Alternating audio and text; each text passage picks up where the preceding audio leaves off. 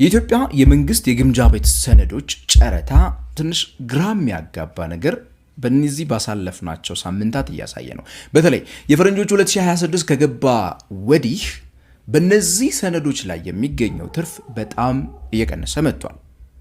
ይህ ለመሆኑ ገበያ የሚያመለክት እውነተኛ ካፒታል ገበያ ውስጥ እየገባን መሆኑን የሚያሳይ ነገር ነው ወይስ እንደው ጊዜያዊ በሆነ ፖሊሲ ዳይሬክሽን የተፈጠረ ነው የሚለው የብዙዎች ጥያቄ ነው። ታዲያ ዛሬ የኢትዮጵያ ብሔራዊ ባንክ የኦክሽን ሪዛልቶች ብሎ ራሱ ዌብሳይቱ ላይ የለቀቀውን ከ2026 የመጀመሪያው ወር ከጃንዋሪ መጀመሪያ ሳምንት አካባቢ ጀምሮ እስከ ቅርብ ጊዜ እስከ ኤፕሪል መጀመሪያ ላይ ያሉትን ዴታዎች አንድ ላይ ከሰበሰብኩ በኋላ የነበረውን ትሬንድ ተመልክቼ ምንድነው እያሳየን ያለው ምንድነው ለኢትዮጵያ ገበያ የሚያሳየው የነዚህ የትሬጀሪ ቢልስ ዋጋ የሚለው ነገር አብረን እንመለከታለን። በተለይ ደግሞ ባንኮቻችን እጃቸው ተጠምዝዘው የገቡበት ገበያ እየሆነ መጥቷል።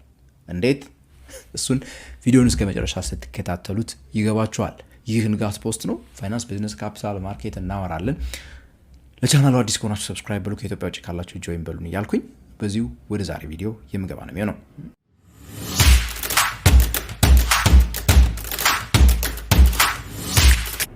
ቪዲዮውን የምጀምረው እንግዲህ ቁጥሮቹን በመመልከት እንጀምር።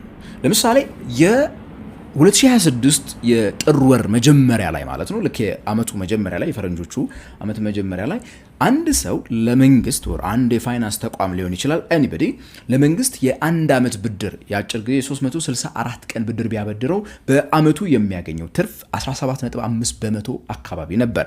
ለስድስት ወር ቢያበድረው ደግሞ በአመት የሚያገኘው ለስድስት ወር ሲሆን እንግዲህ 16.3% ነው። ይሄን ያህል ያገኛል ማለት ነው። የዚህ ግማሽ ነው የሚሆነው በስድስተኛ ወር ላይ የሚወስደው ገንዘቡን መልሶ ማለት ነው። እነዚህን ቁጥሮች ሄዳችሁ በቀጣዩ በፌብሩዋሪ ወር ስትመለከቱት የአንድ አመቱ ብድር ላይ ይገኝ የነበረው ትርፍ ኦልሞስት 2% ነው የወደቀው። የ364ቱ ቀን ወደ 15.5% ወደቀ።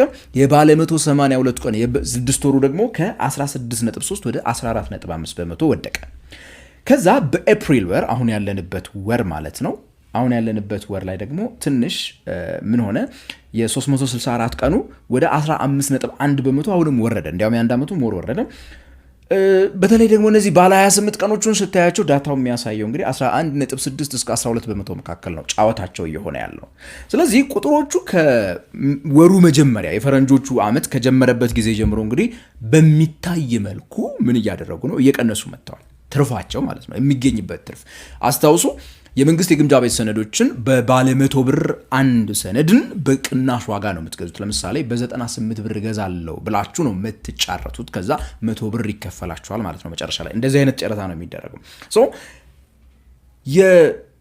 ስትመለከቱት እንግዲህ ይሄ ዋጋው መውደቁ ወይ ደግሞ የሚገኝበት ትርፍ መውደቁ የሚያሳየው የሆነ ነገር አለ። በባህሪው ምን ማሳየት መቻል አለበት? ከፍተኛ የሆነ ፍላጎት ሰዎች ሰነዱን ለመግዛት ወይ ደግሞ የብድር አቅርቦት መብዛት የሚለውን ነገር ነው የሚያሳየው። ታዲያ የኢትዮጵያው ከዚህ ጋር የተያያዘ ነገር አይደለም ማለት ሰዎች በጣም ስለሚፈልጉት ወይ ደግሞ አካላት በጣም አትራፊው ሆኖ ስላገኙት አይደለም ገንዘብን ወደ መንግስት የግምጃ ቤት ሰነድ እየወሰዱ ያሉት። እዚህ ጋር ነው ቅድም ያልኳችሁ ባንኮች በተለይ የፋይናንስ ተቋማት በተለይ እጃቸው ተጠምዝዞ የገቡበት ነው በፖሊሲ ምክንያት። እሱም የኢትዮጵያ ብሔራዊ ባንክ ፖሊሲ ነው። ምክንያቱም ባንኮቻችን ከዚህ የተሻለ ትርፍ ሊያተርፉ እንደሚችሉ የሚያሳየው እርስ በርሳቸው ባንኮች ብድር የሚበደሩበት አንድ ገበያ አለ። የኢንተርባንክ መኒ ማርኬት ይባላል። እዛው የኢትዮጵያ ሴኩሪቲስ ኤክስቼንጅ ላይ ግብይቱ የሚፈጸም ማለት ነው። እሱ ላይ 18% ድረስ የአንድ ሳምንት ብድር አበድረው የወር ደግሞ የአንድ ቀን የአንድ ምሽት 18% ዓመታዊ ትርፍ ሊያስገኝ የሚችል ብድር ማበደር ይችላሉ። እዛም ላይ ያበድራሉ። ያ ገበያ አመልካች ዋጋ ነው ማለት ነው። ምክንያቱም ሌሎች ባንኮች በ18 ተበድረው ከነዚህ ባንኮች ስራቸውን እየሰሩበት ነው። እንግዲህ ተጨማሪ ወጪ መቼስ ይጠይቃቸዋል። ገንዘብ ከዛ በላይ ያተርፍ ነበር ነው። ዞሮ የገንዘብ ዋጋ ከ18% በላይ እንደሆነ ማሳያ ነው ይሄኛው ቁጥር ራሱ። ነገር ግን አሁን ያለው ይህ የነገርኳችሁ ቁጥሮች በዋናነት የብሔራዊ ባንክ ከቶፍ ሬት የምንላት የናሽናል ባንክ ሬት የሚባለው ጋር ኦልሞስት ወደ እኩል ወደ መሆን መጥቷል። ገበያ ብዙ ጊዜ ከሱ በላይ እሱ ማሳያ ሲሆን ከሱ በላይ ነው ትሬድ እንዲደረግ የሚፈልገው። ከዛ ባለፈ ግን ያው ገበያ ላይ እንዳልኳችሁ ባንኮች ከ20 ምናምን በመቶ በላይም ደግሞ ብድርን የሚያበድሩበት ሁኔታ እንዳለ እናውቃለን። ኤኒዌይስ ግን ባንኮች ብዙ ገንዘብ እንዳያበድሩ የኢትዮጵያ ብሔራዊ ባንክ ከመከልከሉ ጋር ተያይዞ ነው ገንዘብ እዚህ ጋር እየበዛ የመጣው። ባንኮቹ እጃቸውን ተጠምዘው ነው ያልኳችሁ 24 በመቶ በላይ ገንዘብ ገበያ ላይ መልቀቅ አትችሉም፣ ማሳደግ አትችሉም ሲባሉ ገንዘቡን ምን አደረጉት ማለት ነው? ወደዚህ ይዘውት ይመጣሉ ማለት ነው። ለመንግስት የግምጃ ቤት ሰነድ ሄደው ያበድሩታል ማለት ነው። ስለዚህ ጥቂት ገንዘብ ነው ወደ ግሉ ሴክተር እየሄደ ያለው ምንም እንኳን እያደገ ቢሆንም ማለት ነው የሚነገረው። ብዙ ካሽ ያላቸው አይድል ካሽ ያላቸው ባንኮች እየተፈጠሩ ይመጣሉ። እነዛ አይድል ካሾች ደግሞ ለማስተዳደር አስቸጋሪ ናቸው፣ ውድ ናቸው። ምክንያቱም ወጪ ይፈልጋሉ ያንን ገንዘብ እንትን ለማስተዳደር። ስለዚህ ያንን ገንዘብ ማውጣት ሲፈልጉ የት ይሄዳሉ? ትሬጀሪ ቢል ላይ ይሄዳሉ ማለት ነው። ስለዚህ ገንዘብ እጃቸው ላይ ማበደር ባለመቻላቸው ከመብዛቱ የተነሳ ነው የኢትዮጵያ ባንኮች ተገደው ለመንግስት እያበደሩ ያሉት። አትራፊ ነው አይ ነው።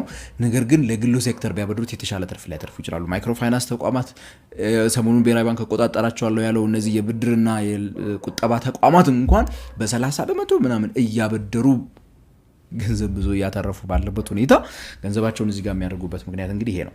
ከዛ ባለፈ በጣም ሌላ የሚከብደው ነገር ደግሞ በተለይ ትሬጀሪ ቢሎች በባህሪያቸው የአጭር ጊዜ ሰነዶች ናቸው። ይሁንና ብዙ ጨረታዎች የረጅም ጊዜው ላይ ሁሉ መውጣት ጀምረዋል። አሁን አንድ አመት ለመንግስት ማበደር ይሄ ማለት ምን ማለት ነው? እንግዲህ ኦኬ በቃ ይሄ ገንዘብ ከእጃችን የመውጣት እድሉ ጠባብ ነው ብለው ባንኮቹና ፋይናንስ ተቋማት እያመኑ መጥተዋል ማለት ትችላላችሁ። ምክንያቱም የሆነ ጊዜ በፊት 2025 ላይ በነበረው ጨረታ ላይ 28 ቀን 91 ቀን በጣም ከፍተኛ የሆነ ገንዘብ ይቀርብበት ነበር። እንዲያውም መንግስት ብዙዎቹን ይተዋቸው ነበር ያኔ። አሁን ግን ወደ ረጅሞቹ 182 እና 300 ምናምኑ ላይ ማበደሩ ላይ እያተኮሩ መጥተዋል። እንግዲህ ያ ማለት ኦኬ ይሄ ነገር ሊቀጥል ይችላል የሚል ነገር ስጋት አለ ሊል ይችላል። ኤኒዌይስ ግን ሁለቱ መካከል የአጭር ጊዜና የረጅም ጊዜዎቹ መካከል ያለው ስፕሪድ ማለት ነው በሚያስገኙት ትርፍ ልዩነት ሄዳችሁ ስትመለከቱት የአመቱ መጀመሪያ ጃንዋሪ ላይ 2026 ሲጀምር ወደ 5 በመቶ አካባቢ ነበር 28 እና 364 ቀን መካከል የነበረው ልዩነት በመታተርፉት ትርፍ ማለት ነው። አሁን ግን ኤፕሪል ላይ ወደ 3.5 በመቶ ወርዷል ማለት ነው። ስለዚህ አይ ቲንክ ባንኮቹ የፋይናንስ ተቋማቶቹ እነዚህ 100 ምናምን የሚጠጉ የግል አበዳሪዎች ብለው የተነገሩት ቅርብ ጊዜ ማለት ነው ዳር ሹር በቃ ማለት ረጅም ጊዜም ሰጠን አጭር ጊዜ ያው ነው የሚል አይነት ነገር ውስጥ እየገቡ ያሉ ይመስለኛል ማለት ነው። ታዲያ ይሄ ጤነኛነት ነው ወይ ብላችሁ ነው እንግዲህ መጠየቅ። ምክንያቱም ይሄ የፖሊሲ የፈጠረው ዲስቶርሽን ነው ወይስ ጤነኛማነት ነው? ምክንያቱም ጤነኛማነት ነው እንዳንል የሆነ የተለየ አዲስ ገንዘብ ለምሳሌ ከውጭ ሀገር ኢንቨስተሮች ገንዘብ እያመጡ አይደለም፣ ሀገር ውስጥ እየመነጨ ያለው ኢኮኖሚ ነው እዚህ ላይ ገንዘብ ነው እዚህ ላይ ይሄዳሉ። ተጨማሪ ገንዘብ መጥቶ ሳይሆን ያለው ገንዘብ ግን የሚሄድበት መንገድ ኮንስትሬን ስለተደረገ እንዳይፈስ ስለተደረገ አማራጭ ተብሎ የተቀመጡለት ደግሞ በፖሊሲ ደረጃ ያሉት አማራጮቹ ናቸው የከለከሉት። ስለዚህ ፎርስድ የሆነ ይሄ ምንድነው የማከፋፈል አሎኬሽኑን የመቀየር አይነት ቴንደንሲ ነው የታየው። እርግጥ ነው ለብሔራዊ ባንክ ለማክሮ ኢኮኖሚ ኮሚቴው ይሄ አስፈላጊ የሆነበት በተሳይ ምክንያት አለ፣ ሌላ ነገር ኖሮ አይደለም። ምክንያቱ የዋጋ ግሽበትን እንዳያባብስ በማሰብ ነው ገንዘቡን ወደዚህ ዳይሬክት እያደረገ ያለው መንግስት። በፖሊሲ ደረጃ የራሱ የሆነ እየከለከለ ያለው ሪስክ አለው። ነገር ግን ደግሞ የሚያመጣው ሪስክም ደግሞ እንዳለ ማወቅ እንችላለን ማለት ነው። ታዲያ እዚህ ላይ በጣም መረዳት ያለባቸው ነገር ጀስት ኢንፍሌሽንን ምን ያደርጋል? ይከለክላል። አት ዘ ሴም ታይም ግን ኢኮኖሚ እንቅስቃሴ ደግሞ በተፈለገው ፍጥነት እንዳይሄድ ደግሞ ያደርጋል። ስለዚህ ትሬጀሪ ቢል ላይ ያለው እንቅስቃሴ በዋናነት ፖሊሲ የፈጠረው ነው እንጂ ገበያው በራሱ ጊዜ ያመጣው አይደለም። ይሄንን መረዳት በጣም ወሳኝ ነገር ነው። ገበያ ላይ ሰዎች በቃ ለመንግስት ብናበድር ይሻላል ብለው እየተጋደሉ ስላሉ አይደለም ይሄኛው እየተፈጠረ ያለው በዋናነት ማለት ነው። እርግጥ ነው የግል አበዳሪዎች እየመጡ ያሉበት ቢሆንም ማለት ነው።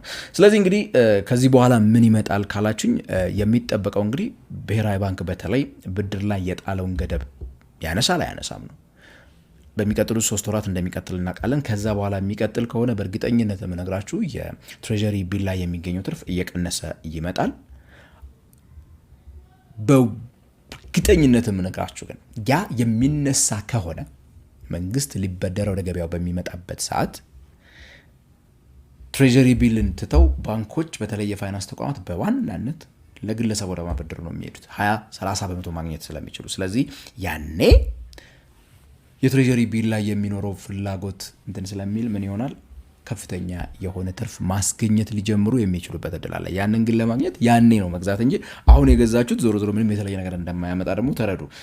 ስለዚህ እነዚህን ነገሮች እንግዲህ ማየት አሁን ባለው ሁኔታ ኢትዮጵያ ውስጥ ትሬጀሪ ቢል ዋጋን ለመወሰን ይሄ በገበያ የሚባለውን ነገር መለማመድ ላይ ያለን ሀገር ነን። በፎሬክስ ማርኬቱን በሉት በትሬጀሪ ቢሉን በሉት ሊትራሊ በዛ መልኩ እየፈለግን ያለን እንደመሆናችን አሁን ባለው የምንመለከተው ባህሪ እየተንደረደረ እየተለማመደ ያለ መሰረታዊ ነገሮች እየተሰሩለት እንደሆነ ልንመለከት እንችላለን። ገና አክቲቭ የሆነ እነዛን ነገሮች ዋጋቸውን እውነተኛ ዋጋቸውን የሚያወጣበት መንገድ አይደለም። ከዛ ባለፈ ደግሞ ሰከንደሪ ማርኬት ላይ እነዚህ ሰነዶች ያን ያህል ግብይት የተፈጸመባቸው አይደሉም። ኖርማሊ መሸጥም የሚፈልግ ብዙ የለም ሲባል ነው እና የሰማ ነው። ሶ ኢን ጀነራል እንግዲህ የኢትዮጵያ መንግስት የግምጃ ቤት ሰነዶች ላይ የታየው የትርፍ መውደቅ በዋናነት የፖሊሲ ጉዳይ ነው፣ የተቋማት ጉዳይ ነው፣ የባህሪ ጉዳይ ነው እንጂ it's not like የገበያ ፍላጎት አይደለም። ስለዚህ ስንጓጓ በልኩ አሁንም እንደ ኦልተርኔቲቭ የሚያዋጣን ከሆነ ምን ጓጓለት ነው መሆን ያለበት እንጂ የተለየ ትርፍ የሚያስገኝ አይደለም። ደግሞ በእርግጠኝነት ወደፊት ባሉት ጊዜያት ባንኮች ላይ የተጣለው የብድር ገደብ ጣሪያቸው ከተነሳላቸው እኔና እናንተ ለመንግስት በተሻለ ትርፍ ብድር የምንችልበት የግምጃ ቤት ሰነዶችን ልንገዛ የምንችልበት እድሎች እንዳሉ ታዲያ እንድትረዱም ለማለት ነው። ስለዚህ ይህን ከተረዳችሁ ይበቃችኋል። ጥያቄ አስተያየት ካላችሁ ኮሜንት ሴክሽን ላይ ጻፉልኝ። ቻናሉን ሰብስክራይብ በሉ። ከኢትዮጵያ ውጭ ካላችሁ ጆይን በሉ እያልኩኝ በቀጣይ በሌላ ቪዲዮ እስከምንገናኝ ድረስ የምሰናበታችሁ እኔ ገሜ ብራውን ነኝ።